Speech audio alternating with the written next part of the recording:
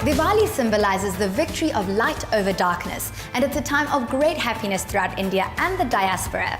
It's traditional to offer sweetmeats as a symbol of love, friendship, and prosperity, and Mela shares the joy this week. When I was a child, my favorite room in the house was the kitchen.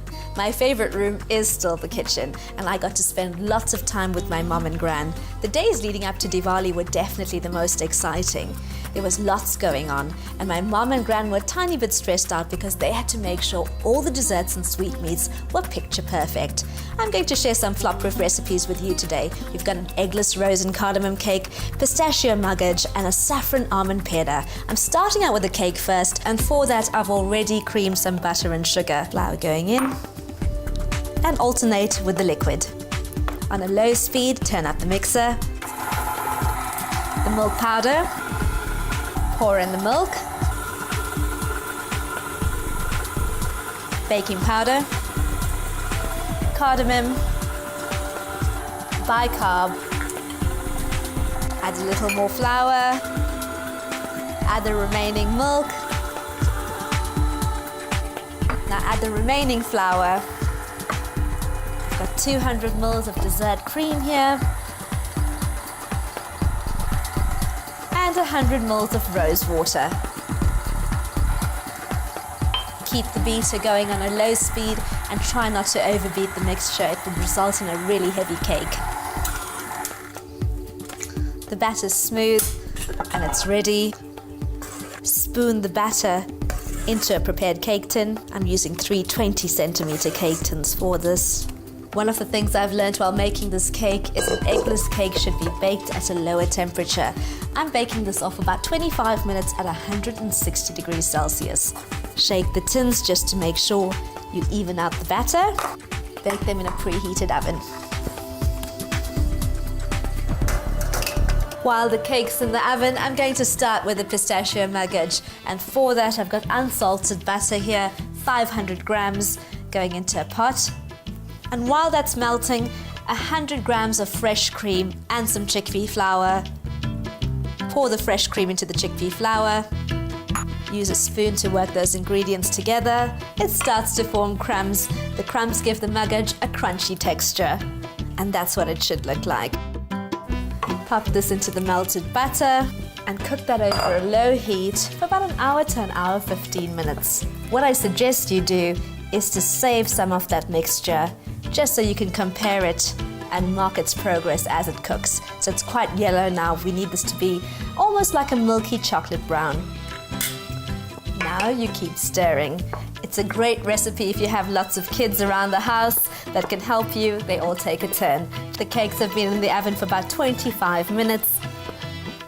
Taking a break from the muggage just to take the cakes out the oven. Now don't be alarmed if these cakes have a scone-like texture.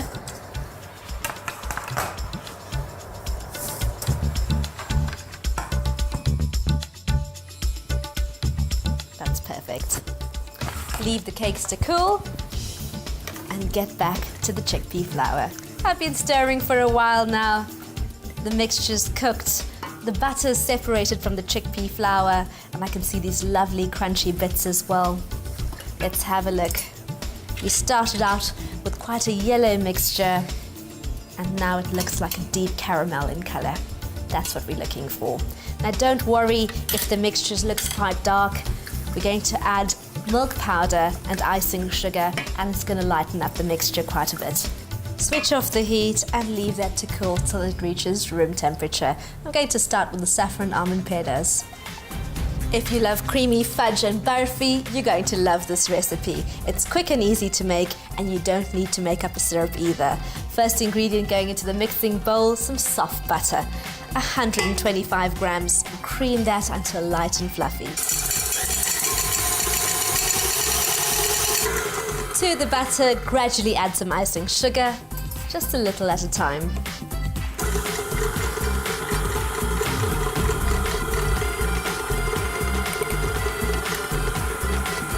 That looks quite smooth and creamy. Cardamom powder into the mixing bowl. And to that, gradually add the milk powder.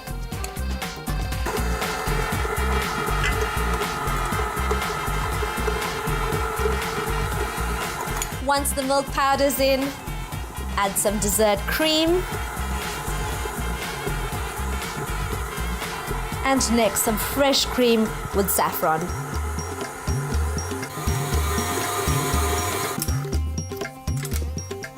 That's ready. The milk powder and dessert cream should come together to form soft dough. Slightly buttery in color, with little streaks of saffron. What I love about this recipe is it tastes quite similar to barfi, but it's a lot easier to make. When you're quite confident with this recipe, you can also try stuffing each one. Just press down the mixture slightly, pop an almond into the center. I always think it's a lovely treat to find a nut in a dessert. And here I've got some almonds. These are tinted already, they're bright red in color. Close the jar, I've got some gold dust in here. Just beautifully coats the almonds in this gold dust. Garnish this with some gold leaf. Grab an almond, press that down. These look exotic and dainty. They're pale in color with a streak of saffron here and there. The mixture should have cooled down for the muggage. I'm going to finish up on that. Ground cardamom, some milk powder, and icing sugar. Gently stir those ingredients together. And the color does change. It's a lot lighter than it was when we started. I've greased the dish with butter and lined it with plastic wrap. That makes it a lot easier to get the muggage out the dish. Scoop the muggage into the prepared dish. Now, if your mixture is too crumbly, just add a little melted butter to it and press it into the prepared tin. A few more scoops. And that's the last of it. Needs to set in the refrigerator for a while, but first lightly salted chopped pistachios going on top. I prefer the salted ones. They work quite nicely with the sweetness. Cover this with the plastic wrap and leave it to set in the refrigerator. To finish up on the cake, we've got some buttercream frosting here. Spoon some of the frosting on the first layer. I'm using a cake stand to present the cake. To make the frosting, I've whipped some butter until it's light in color, added some icing sugar, and whipped that until it's light and fluffy. I've added some vanilla essence, some cream, and a bit of rose essence as well. Second layer.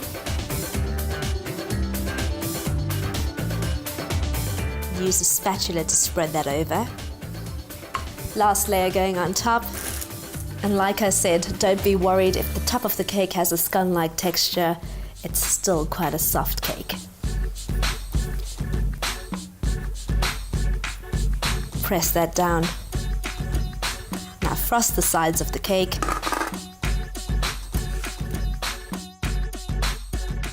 And here I've got some pink food coloring. I'm going to swirl that over and around the sides of the cake. And lastly, swirl some of that food coloring onto the top of the cake. To garnish this cake, I'm using some pink rose petals and I've dusted this with edible gold dust. You could also use tinted almonds if you like, or the sides of the cake, using some chopped pistachios. Just sprinkle them around the side and gently lift the pistachios and press them into the frosting. That's my festive Diwali cake done. The best part is now I get to sample the treats. I've prepared a saffron and almond peda, pistachio muggage and a rose cardamom cake. These recipes can be found on the Mela Facebook page, and from me, happy Diwali.